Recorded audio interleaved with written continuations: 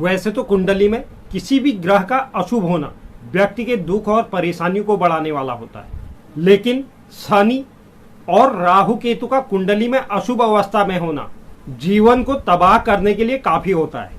इसलिए किसी भी जातक की कुंडली में यह स्थिति बनती है तो उस जातक को इन ग्रहों की शांति के लिए तुरंत उपाय करने चाहिए। आज हम बात करने वाले हैं राहु ग्रह की, कि किसी भी जातक की कुंडली में अगर राहु ग्रह अशुभ स्थिति में होते हैं तो व्यक्ति बिना कुंडली दिखाए भी किस तरह से अनुमान लगा सकता है कि उसके जीवन में राहु की अशुभ स्थिति बनी हुई है। यह हम अपने जीवन में आने वाले लक्षणों से पता कर सकते हैं कि राहु शुभ है या अशुभ है। और जिन जातकों के लिए राहु के जीवन में अशुभ लक्षण दिखाई दे रहे हैं, उन जातकों को इसे किस तरह से शुभ किया जा सकता है, क्या उपाय कर राहु ग्रह को शुभ किया जा सकता है, उसके अशुभ प्रभावों से बचा जा सकता है, इस विषय पर आज की वीडियो में चर्चा होने वाली है।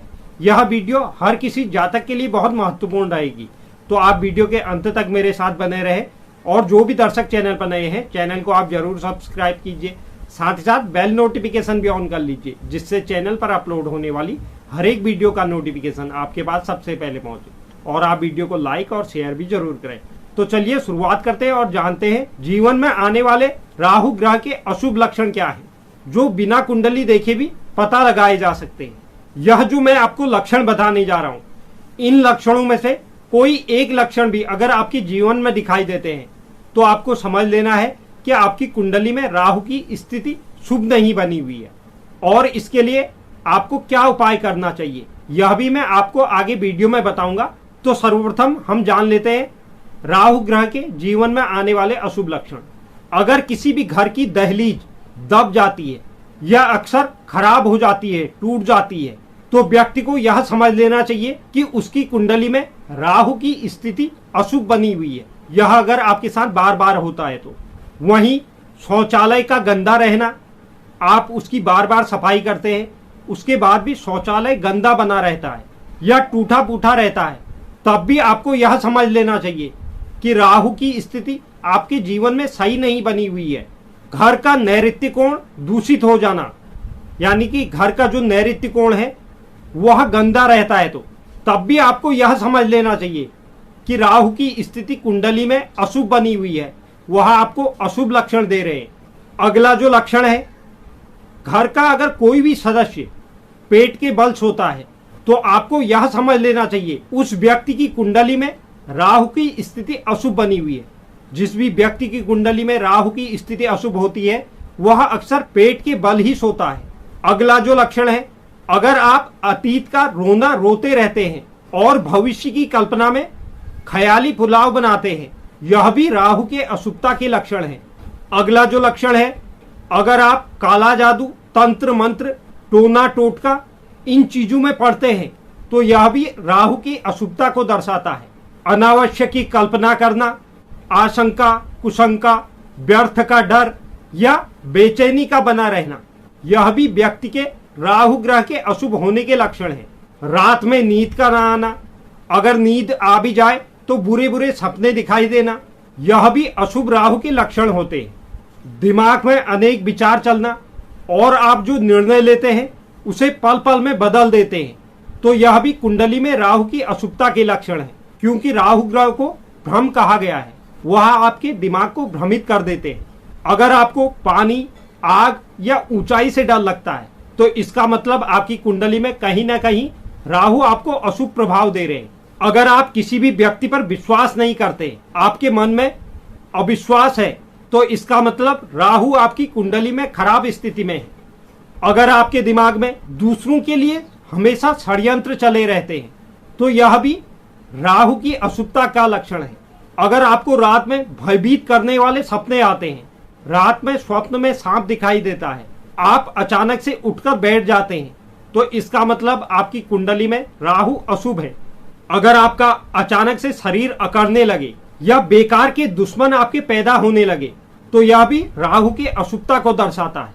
अगर आप लोगों से बेईमानी करते हैं, उनसे धोखेबाजी करते हैं, क्योंकि राहु का यही स्वभाव है, तो इसका मतलब आपकी कुंडली में राहु अशुभ है।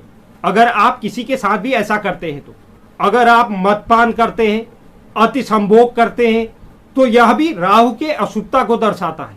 अगर आपके सिर में बार बार चोट लगती है या आपके जीवन में अक्सर दुर्घटनाएं होती रहती है, कोई न कोई घटना होती रहती है, तो यह भी राहु के अशुभता के लक्षण है। अगर आपके घर में हमेशा कलह की स्थिति बनी रहती है, ग्रह कलेश आपको परेशान किए हुए है, यह भी आपकी कुंडली में राहु के अशुभता का लक्षण है। अगर आपके दिमाग में हमेशा भ्रम की स्थिति बनी रहती है, आप हमेशा भ्रमित रहते हैं, तो कहीं न कहीं राहु आपको अशुभ प्रभाव दे रहे हैं, क्योंकि राहु व्यक्ति को भ्रम में डाल देते हैं। अगर इनमें से कोई भी एक लक्षण आपके जीवन में दिखाई दे, तो आपको समझ लेना है कि राहु की आपकी कुंडली में स्थिति अशुभ बनी हुई है। राहु एक पाप ग्रह है, इसलिए इनकी अशुभता को दूर करना बहुत आवश्यक हो जाता है, अन्यथा व्यक्ति का जीवन नर्क बन जाता है।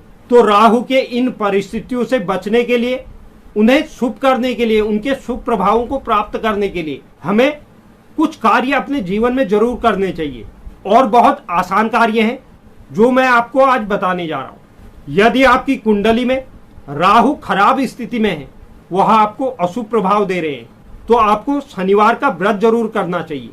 अपने घर में या मंदिर में राहु यंत्र को जरूर स्थापित करना चाहिए और रोज उनकी विधि विधान के साथ पूजा करनी चाहिए। इससे राहु की अशुभता में काफी अधिक प्रभाव पड़ेगा, वह आपको अशुभ प्रभाव नहीं देंगे। राहु दोष से बचने के लिए व्यक्ति को नियमित रूप से दुर्गा चालीसा का पाठ करना चाहिए। इसके अलावा हनुमान चालीसा और बजरंग बाण का पाठ करना भी राहु दोष से मुक्त करता है। इसके अलावा 2 छोटे छोटे चांदी के सांप बनाकर उन्हें बहते हुए जल में प्रवाहित करना चाहिए, इससे भी राहु दोष से निजात मिलती है। अंतिम सबसे महत्वपूर्ण जो उपाय है, ओम भ्रांग भ्रींग भ्रौंग सह राहुवे नमः, इस मंत्र का 18,000 जाप करना। यानी कि आप अगर प्रतिदिन 1 माला जाप करते हैं, यानी कि 108 बार जाप करते हैं, तो आपको जब तक 18,000 जाप आपके पूरे ना हो जाए, तब तक राहु के बीज मंत्रों का जाप आपको करते रहना है। और जाप पूर्ण होने के बाद राहु से संबंधित वस्तुओं का दान जरूर करना चाहिए। अगर आप इन कार्यों को अपने जीवन में करते हैं, तो आपको राहु के अशुभ प्रभाव कभी भी परेशान नहीं कर पाएंगे, आपका नुकसान नहीं कर पाएंगे। तो यह बहुत महत्वपूर्ण जानकारी थी जो राहु ग्रह के अशुभता के लक्षण के संबंध में थी, और उन्हें किस तरह से हम शुभ कर सकते हैं। उम्मीद करता हूं यह जानकारी आपको पसंद आई होगी। जो भी दर्शक चैनल पर नए हैं, चैनल को आप जरूर सब्सक्राइब कीजिए, साथ ही साथ बेल नोटिफिकेशन भी ऑन कर लीजिए, जिससे चैनल पर अपलोड होने वाली हर एक वीडियो का नोटिफिकेशन आपके पास सबसे पहले पहुंचे। और आप वीडियो को लाइक और शेयर भी जरूर करें, और कमेंट बॉक्स में आप अपनी राय भी जरूर लिखें। धन्यवाद।